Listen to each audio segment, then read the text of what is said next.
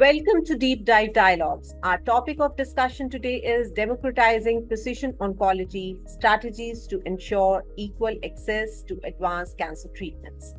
In today's discussion, we'll explore key strategies to ensure equitable access to advanced cancer diagnostics and treatment, particularly in underserved communities. We'll discuss overcoming barriers such as cost, lack of awareness, and limited access to genomic testing, while emphasizing the need for patient education, integration into clinical practice, and policy reforms to make precision oncology affordable and accessible to all. To discuss this, we are joined today by Devyani Chakravarti. She is Assistant Member, Department of Pathology, Lead Scientist, OncoKB, Center for Molecular Oncology, Memorial Sloan Kettering Cancer Center, New York. With over 18 years of experience in translation oncology and more than 8 years in scientific management, she specializes in knowledge management. She co-leads the strategic development of OncoKB, a precision oncology knowledge base designed to enhance patient-centric medical report annotation, driving the integration of cutting-edge insights into clinical practice. Welcome to this session. Hi, everyone. It's such an honor to be here, and I'm really glad to be able to speak to you, Dr. Karatna. Yes. So my first question to you is, what are the primary barriers to equitable access to precision oncology treatments, and how can healthcare systems address these challenges, especially in underserved communities? Okay, so that's a great launch question. So I'm going to speak from my experience within the US because this is where I'm based in New York City. But I feel that many of the lessons that you learn within New York can be translatable globally and in India particularly, which is where I was born. I was born in Mumbai, so India is very close to my heart. And my parents just moved there from there to here. So I think what first needs to be known is that in the US, 43% of all FDA-approved oncology drugs are precision oncology drugs. What does that mean? 43%, almost half of the oncology drugs that are in the clinic today, require biomarker testing to determine whether or not the patient is eligible for treatment with that drug, to select that patient for that drug. And so the key to note here is that because such a large proportion of FDA-approved drugs require biomarker testing, it's not in the research fringes anymore. Precision oncology is not in the research fringes anymore. It's very much in the sort of mainstream cancer care compendium. And so it becomes instrumental to note that biomarker testing is a fundamental part of cancer care. Now, before, maybe 10, 15 years ago, biomarker testing was only for a few select cancer types, such as non-small cell lung cancer, colorectal cancer, gastrointestinal stromal cancer. But after about 2020, there are 5 major tumor agnostic drugs. What does that mean? That means that no matter what cancer type you have, any cancer type, it's not about the cancer type, it's about the biomarker to determine whether the patient would benefit from the drug. So how can you find whether or not your tumor type has that biomarker? Biomarker testing. So moving to cancer disparities, biomarker testing has been established as a precision oncology workflow within academic medical centers. So within the US, Memorial Sloan Kettering, MD Anderson, the major hubs of clinical care, which are partnered with research. And so they established the precision oncology workflow because they did it as research, and then they moved into the clinical care space. It was an easy transition. But then there are safety net hospitals in the US. These hospitals see at minimum, but usually it's the majority of patients they see, are uninsured. They either have Medicaid or Medicare, which means these are patients with low socioeconomic status. And for them, they don't have research efforts. They are high volume hospitals seeing several patients a day. Usually in these safety net hospitals, you see multiple cancers by a general oncologist rather than specialist oncologists in the academic medical centers. So the general knowledge of a specific cancer type isn't as high as in the academic medical centers.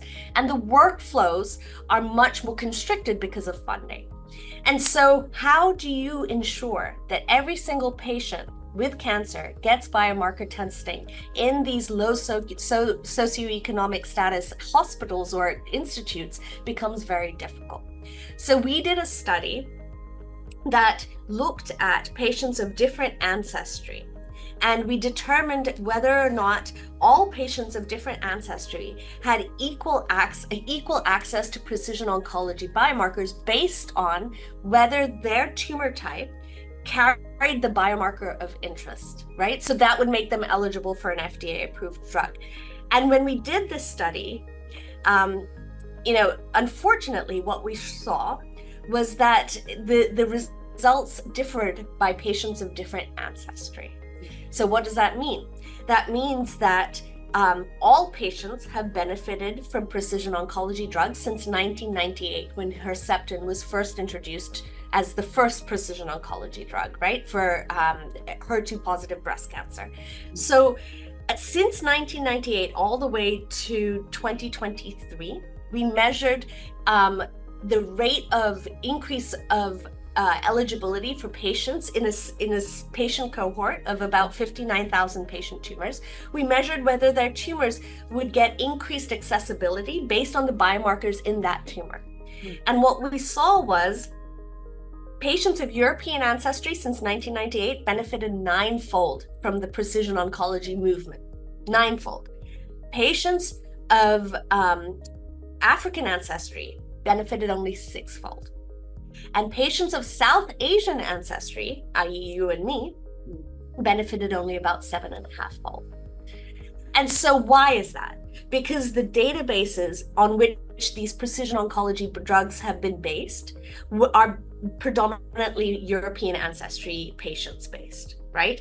And because the research is based on these European ancestry patients, then the drug development efforts are based on these predominantly European ancestry patient cohorts. And therefore you see the sequelae even in the FDA drug approval. Yeah. And so what do we need? We need efforts that reduce this disparity. And how to do that? We need to establish sustainable infrastructure in low socioeconomic hospitals, allowing them to do biomarker testing, but importantly, biobanking of the tumor tissue for research purposes to see, are we missing anything in the patients of South Asian ancestry, or are we missing anything in the patients of African ancestry? So those are the things that, there are many factors. It's multifactorial. I'm not minimalizing or trivializing the number of reasons as to why patients have disparities in cancer care. Absolutely not. But this is just one of the many reasons within our particular field. Right. Fully agree. We have to have the data banks, and we have to fully utilize the research. Exactly. Yes. So my next question is, how can we improve patient education and awareness about precision oncology, especially among populations that are less likely to be informed about advanced cancer treatments? That's an excellent question. So I'm thinking about India, and I'm thinking about, when you travel on the train, you see the rice paddy fields and you see the workers working in the rice paddy fields. I mean, that's very romanticized version, but you see the rickshaw wala, the chai wala, there are so many different folks in India from all different strata of socioeconomic status.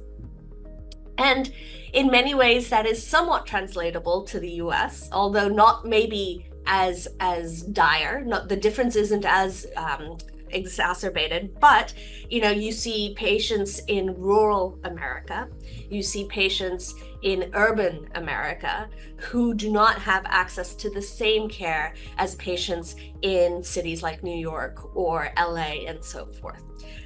So how do we make sure that the patients in rural America or the rickshawwala or the farmer in India has equal access to care? And if not equal, at least better access to care. How do we educate them? And I think first, the first sort of tactic or the first way to do it is to meet them where they are, and not to patronize them. I think it's really important to establish a authentic relationship with these communities. And it means about educating ourselves about their needs in terms of medical care, in terms of infrastructure, and then creating sort of a bi-educational route to education, in a sense, as in we educate ourselves as to how can we give them access to the best possible care by meeting them where they are with the demands of their family, of their low income, of where they live, how they live, and then saying, look, we understand this, but not only because I genuinely feel that every single individual wants the best for themselves and the best for their families. That is sort of an essential value that we can all share. But how we interpret that, how we visualize that, differs from individual to individual, and community to community. So I really think that grassroots efforts, working with community sort of advocacy groups, community groups who know these communities because they themselves have lived in those communities, reaching out to them, learning about the patient population that we wish to interact with, and then building infrastructure within the confines of their their limitations or their ability is absolutely essential if we are going to make any headway. Because precision oncology, yes, it was started as a scientific concept that bridged into the clinic, right? But at the end of the day, it's about a patient getting an appropriate test and getting the appropriate drug. Yeah. And that means working with the community clinicians who are those community clinicians, figuring out, the infrastructure in a step-by-step process, and then educating ourselves to be able to educate them, to help them achieve the best possible life that they can achieve in their communities with their families and for themselves, I think. Right. So as we know that genomic is an integral part of precision oncology, so what are the current challenges in making genomic testing widely available, and what steps can be taken to ensure that patients from all socioeconomic backgrounds can access right. it? Yeah, that's a great question, and it's one that I wonder about, because I am spoiled in a sense. I am a translational cancer biologist. I got my PhD here in the US, and I've worked in the best cancer center in the world potentially, so the precision oncology workflows here are seamless, from the oncologist meeting the patient, getting a tumor sample, submitting it with a blood sample for sequencing, that sequencing getting bioinformatically. So sequencing requires a sequencing machine. We use an Illumina machine, for example. So that is step number one, right? Let's say that we can get the infrastructure to say that the oncologist knows that these socioeconomically low status patients, they connect them to biomarker testing. They take the tumor biopsy. Sequencing is an expensive endeavor, even now, particularly for developing countries where, in the rural areas or in the areas where you have a massive community of low SES patients, getting a sequencing machine that sequences as we do here in MSK, routinely 505 genes is not trivial. And it's essential, as it's an essential part of the workflow. So I think how do we address that? Is to again connect with local grassroots organizations, connect with local grassroots oncologists who are dedicated to this effort, to figure out how can we get a sequencing machine, that does, if not hotspots, which means one or two genes for lung cancer, one or two genes for breast cancer, and so forth, but does a panel. Because we figured out how to get it cheap, particularly, for centers that don't need for it to be cheap. How can we get it cheap for a rural community or an urban community with low SES patients? So I think that's step number one. Then if you look at the precision oncology workflow, you need bioinformatic analysis of that, right? We have some of the most brilliant minds in India, brilliant minds. And I think, and not only do we have brilliant minds, but we have community-oriented, so civically oriented minds in India. So I think partnering with institutes that do biomedical research, I'm thinking of a cancer institute in Pune or the IITs of India, although IIT is technology and engineering, but you know what I mean, like partnering with these academic medical centers, AIM in Delhi, for example, partnering with these institutes and allowing their bioinformatic specialists to find some kind of compendium to analyze this data, because it contributes to their research as well. Again, this is off the top of my mind. I could be naive in what I'm suggesting, but I think it's important to kind of think about it. So the bioinformatic analysis is the next step. Then you get a list of mutations that needs to be interpreted by a community oncologist. And there are tools like OncoKB, which is oncokv.org. You can go there. It links the biomarkers to the drug in the specific tumor type.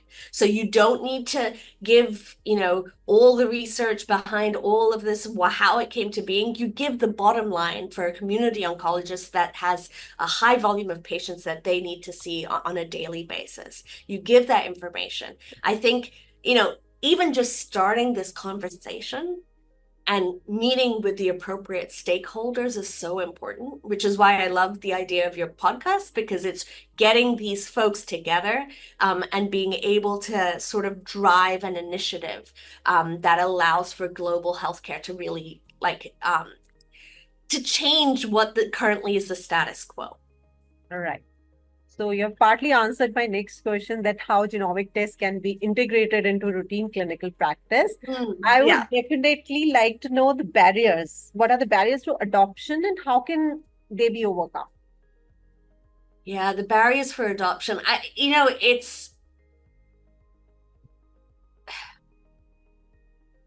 am new to this field, and particularly, I'm within the US. Right? So one of the major barriers to adoption within the US, for example, is insurance. If the patient doesn't have the appropriate insurance, they will not get the appropriate care. You come into a hospital, that's the first thing that they ask you. Oftentimes, you have uninsured patients who don't even know what their options are to get care. I'll give you a very personal example. In 2020, during the pandemic, my parents had come because my son was born at the time, and my father ran into medical issues. Because he was from India, an Indian citizen, he had travel insurance, but he did not have local insurance. At the time, I did not know that there were specific hospitals that serve the uninsured, that serve patients with low SES. So I found, sort of what was the cheapest option for me.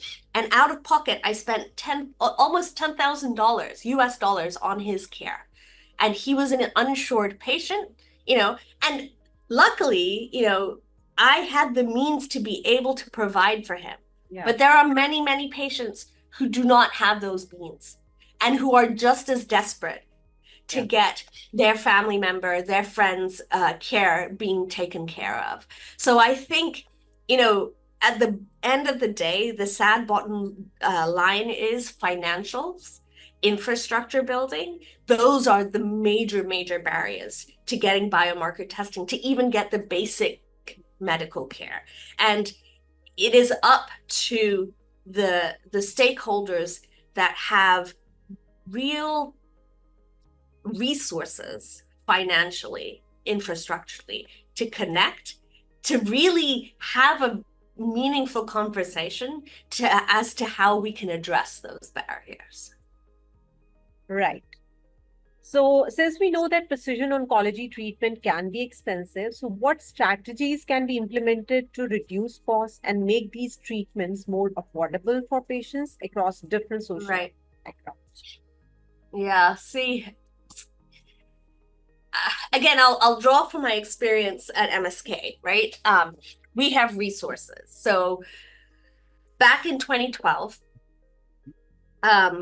Dr. David B. Solit, who is the co-director of the Center for Molecular Oncology here at MSK, had a vision that he wanted to sequence every single patient with cancer who walked through the door, who had advanced or metastatic cancer. And that's a pretty audacious vision back in 2012. But he had the means to do it. He had the means, and he had the strategic savvy to be able to do it. So he connected with Dr. David Hyman and Dr. Mark Robson, and they implemented a clinical trial. And why a clinical trial? Because if you have a clinical trial in place, you don't need to bill insurance. It is research non-billable, meaning that insurance doesn't get billed and the center covers it under their research efforts. And so he started the sequencing effort for every single patient. What did that mean? It meant that we had to establish a precision oncology workflow. So we needed an assay that interrogated, at the time, 341 genes instead of one or two.